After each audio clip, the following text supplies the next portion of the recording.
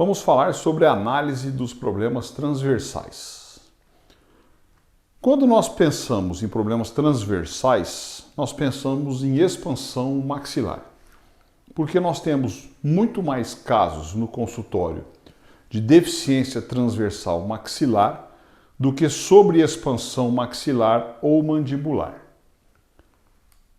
Então nós vamos analisar esses pacientes, esses casos, no sentido transversal.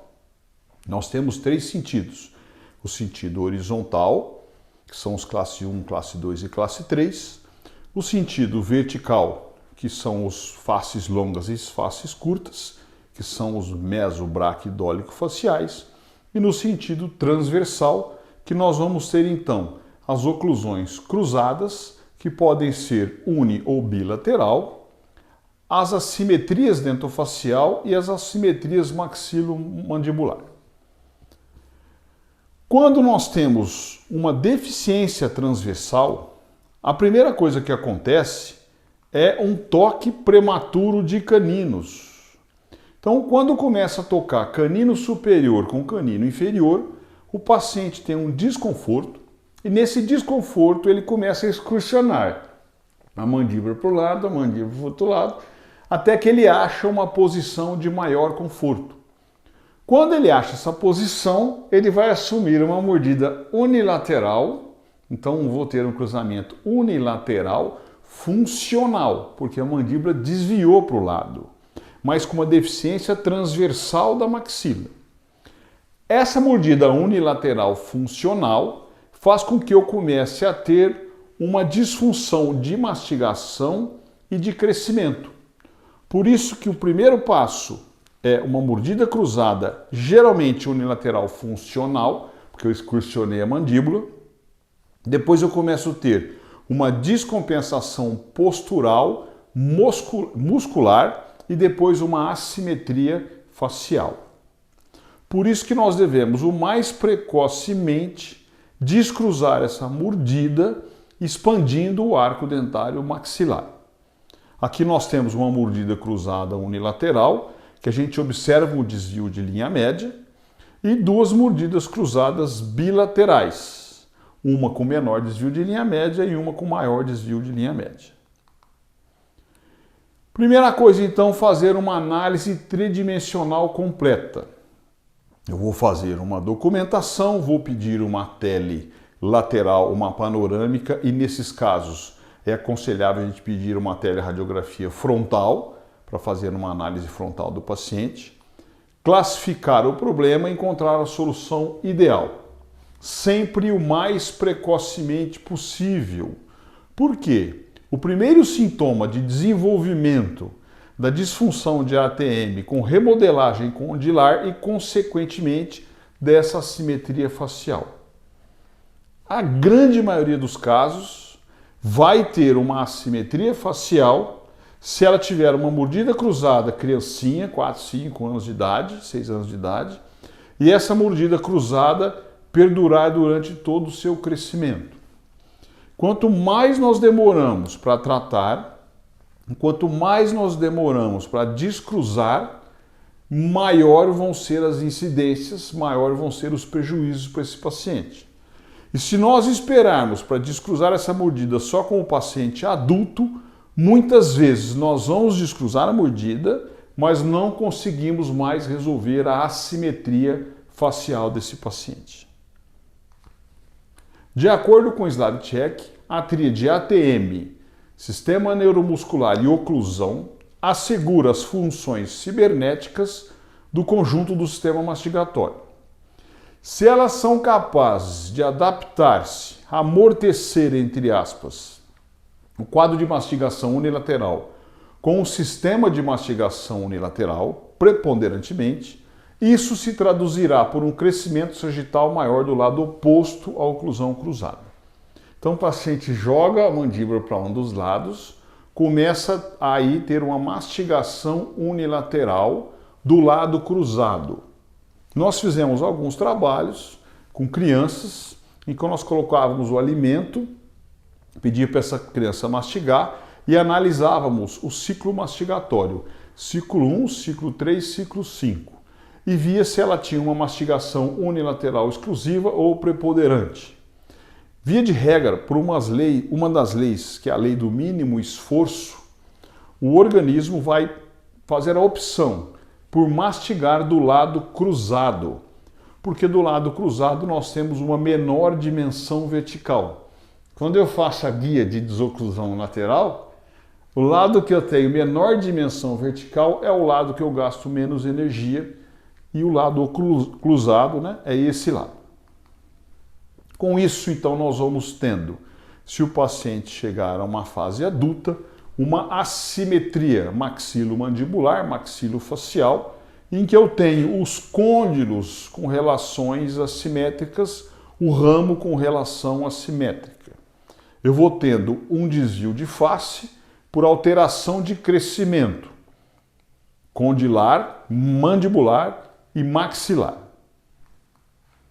Esse é o diagrama, que é um redesenho no diagrama do Pedro Planas, que desenvolveu a reabilitação neuroclusal, que é motivo do segundo tópico dessa aula, de problemas transversais, que eu tenho aqui, nesse diagrama, o que nós observamos? O lado que eu mastigo e o lado que eu não mastigo. Do lado que eu mastigo, eu vou tendo um aumento da espessura do côndilo, esse côndilo vai ficar mais largo e mais curto. Eu vou tendo um aumento da espessura do ramo e um aumento da espessura do alvéolo. Então esse alvéolo vai ficar mais alto, porque eu tenho mais estímulo daquele lado. Aí eu tenho um aumento na maxila, no alvéolo da maxila, ela fica mais alta e mais larga, então ela tem um desenvolvimento maior, toda essa parte maxilar. Com isso eu vou ter uma distância maior do plano oclusal ao olho, a órbita.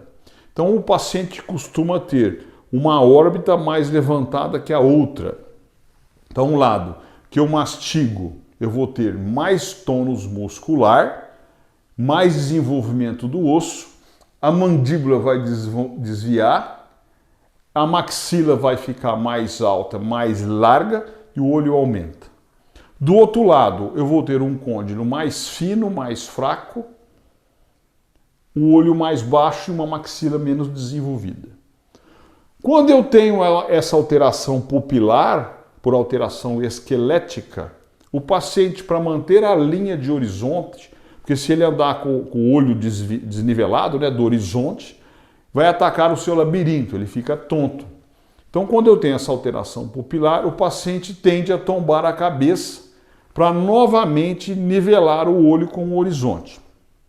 Quando ele toma a cabeça, ele vai ter um desequilíbrio postural, porque ele ficou com a cabeça tombada para um lado. Quando ele tem esse desequilíbrio postural, ele compensa na escápula. Então ele tombou a cabeça, compensou na escápula. Quando ele compensa na escápula, ele compensa no quadril. Então essa mastigação unilateral vai causar um desvio na cintura condilar, na cintura escapular e no quadril. Essa mastigação unilateral pode ser a causa de escolioses, desvio da coluna, e é a causa de alterações posturais do paciente. Nós vamos observar que esse paciente tem um desvio postural de cabeça, uma alteração no ombro e uma alteração no quadril.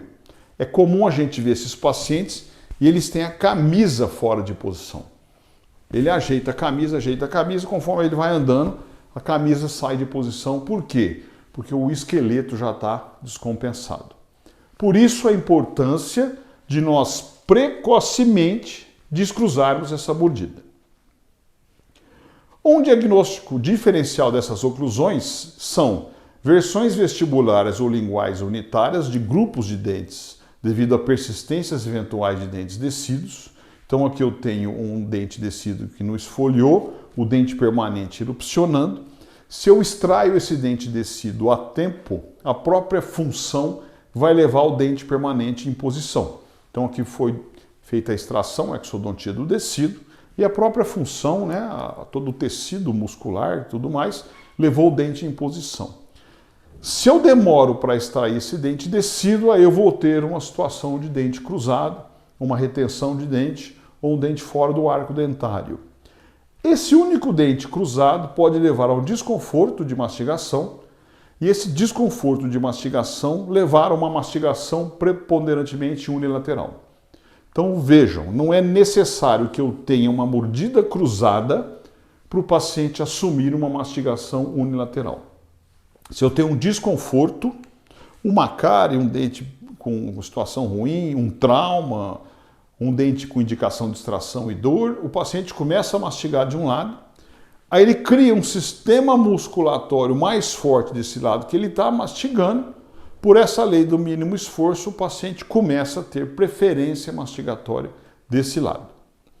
Uma genesia do arco antagonista ou uma desarmonia de Bolton são dentes menores na maxila que tendem a levar a um cruzamento, uma transposição de caninos e pré-molar ou uma assimetria na forma do arco causada por uma maloclusão complexa acompanhada ou não de um problema funcional lingual ou respiratório.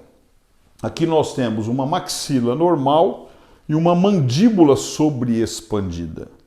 Essa mandíbula sobreexpandida é difícil o tratamento, porque não é fácil nós contrairmos a mandíbula, porque o osso mandibular é muito denso, tá? Então a causa dessa mandíbula sobreexpandida é a língua baixa, é um problema respiratório. Uma assimetria funcional, que pode ter a origem na interferência de balanceio responsável pelo deslizamento de oclusão e inconveniência. Então o paciente tem uma mordida cruzada unilateral com desvio de linha média. Então essa mordida é uma deficiência transversal da maxila com uma mordida cruzada funcional. A mandíbula desviou para o lado. Tanto que a gente observa aí o desvio de linha média. Quando eu pego esses pacientes e levo numa situação de repouso postural, se ele ainda não teve uma alteração de crescimento, eu tenho centralização de linha média. Quando ele vai para habitual, o trauma faz com que desvie a mandíbula, desvia a linha média. Se eu levo ele em postural de repouso ou levo em cêntrica, e mesmo em cêntrica eu já observo um desvio de linha média, o que aconteceu? Já houve uma alteração de crescimento lá no côndilo. Eu já tenho um côndilo diferente do outro, tá? Por isso, então, enquanto antes você iniciar o tratamento, mais chance você vai ter de não ter ainda ocorrido uma disfunção de crescimento. Mobilidades de dentes responsável por desvio de acomodação para evitar situação dolorosa, uma maloclusão complexa responsável por desvio mandibular funcional. Tudo isso daí pode levar a uma descompensação de postura da mandíbula. Essa assimetria muscular, então, poderá originar uma assimetria crâniofacial e o desvio das linhas medianas. Quanto mais antiga, maior serão os danos das estruturas. Relacionados a certas patologias congênitas, como hidrocefalia, torcicolo congênito, síndromes do primeiro arco, hipercondilia, hipocondilia, fendas lábio-alveolopalatinas, etc.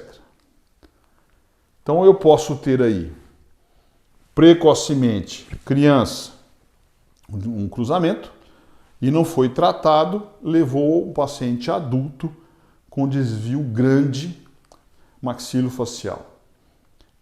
Se chegar a esse nível de desvio, nós não conseguimos mais tratar ortodonticamente. Aí, nesses casos, o tratamento é ortognático. Eu preciso fazer uma cirurgia, então nós vamos fazer um tratamento ortodôntico prévio, equilibrar a posição dos dentes, passar por uma cirurgia ortognática para conseguir reabilitar, para conseguir centralizar a face novamente desses pacientes. Williamson e Simons observaram um trabalho que a simetria mandibular com 3 milímetros apresentava a relação de classe 2 do lado mais curto da mandíbula. E Aleve e colaboradores, em estudo de pacientes normais e classes 2, observaram que a assimetria existia nas duas amostras de arcos dentários. Concluíram que a oclusão dental é um bom indicador da assimetria facial a qual sempre está associada. E O'Brien, em colaboradores, né, compararam a simetria mandibular com a oclusão unilateral posterior, a oclusão cruzada, e desvio de linhas medianas, com radiografias basais, tomografias e ATM. E observaram que não havia diferença de simetria nos grupos. A mandíbula estava em rotação posterior do lado cruzado. Então, cruzei, a mandíbula vai para posterior. O molar inferior está em posição distal do lado da oclusão cruzada devido à rotação posterior. Então, ela cruzou, o lado tende a ficar classe 2. Do lado da oclusão cruzada, o côndilo está deslocado para posterior, superior e lateralmente com a cavidade glenoide, segundo um processo de remodelação. E nas classes 1, com uma oclusão cruzada unilateral, pode provocar uma tendência a classe 2 dental do lado cruzado e classe 3 do lado oposto. Então eu tenho um paciente no sentido antero-posterior normal. Atresia, deficiência transversal maxilar, topo de canino, excursiona. Quando excursiona, ele retroposiciona o lado cruzado e avança o lado não cruzado. Tende a classe 2 do lado cruzado, tende a classe 3 do lado oposto. Desvio de linha média. Se eu deixo persistir essa condição, alteração muscular, músculos mais fortes do lado que mastiga, músculo mais fraco do lado que não mastiga, alteração crânio-facial. Então aqui nós temos um caso que o paciente é classe 1 de um lado e classe 2 do outro lado, seria uma classe 2 subdivisão, que eu tenho um desvio de linha média. Então, o lado, classe 2, está com retroposicionamento condilar. E aqui um outro caso, que nós temos o paciente classe 1 de um lado, classe 3 do outro lado, uma classe 3 de quase um dente, praticamente um dente, com desvio de linha média de um dente, e que a mandíbula não está cruzada. Então houve aí o quê? Uma alteração funcional de mastigação. Por algum momento na vida dessa paciente, durante o crescimento desse paciente, começou uma mastigação unilateral e essa mastigação unilateral fez com que o côndilo do lado direito tivesse um maior desenvolvimento de crescimento. Então, do lado direito, ela foi tendendo a classe 2 e essa mandíbula foi rodando para o lado esquerdo. Portanto, o desenvolvimento transversal vai ter consequências articulares, vai levar tirando patologias, né, a uma má oclusão, a obstrução respiratória pode ser também causadora disso. Se nós não tratarmos precocemente, vai levar a uma cronicidade e levar a alterações do crescimento mandibular. Nós precisamos, então, expandir essa maxila, reequilibrar a posição da maxila para reequilibrar essa posição da mandíbula e deixar esse paciente com uma função bilateral, uma função simétrica. E nós temos 4 formas de expansão: ortopédica, expansão passiva ou lenta, expansão ativa ou rápida e expansão cirúrgica assistida, que é o motivo dos nossos 4 próximos módulos dessa aula de expansão. Então, a expansão ortopédica, nós gostamos muito de usar as placas planas da reabilitação neuroclusal. Na expansão, aqui modelos, né, de tipos das placas planas. Nós vamos falar agora no segundo módulo sobre ela. A expansão passiva ou lenta, nós gostamos muito do quadrihélice. Aqui algum modelo diferente de quadrihélice. Embaixo um hexahélice, que além da expansão transversal eu faço também uma expansão anterior. Na expansão ativa ou rápida, que seria uma disjunção, nós usamos o IRAX ou o RAS. Hoje nós acabamos usando mais o IRAX do RAS, que eu vou promover aqui então uma disjunção palatina. E a expansão cirúrgica assistida, quando o paciente é adulto e eu preciso de uma disjunção palatina. Que aí eu tenho um risco de fazer a disjunção no paciente adulto, eu tenho que fazer esse procedimento hospitalar cirúrgico. Então essas são as 4 formas de expansão das próximas 4 aulas. As referências dessas aulas são baseadas nos nossos livros de ortodontia. que é Reabilitação Neurooclusal e Filosofia Bioprogressiva de Ricketts, uma evolução da ortodontia, e um segundo livro que é Ortodontia de Visão. Então todas as referências dessas aulas, né, todo o embasamento dessas aulas estão nos nossos livros.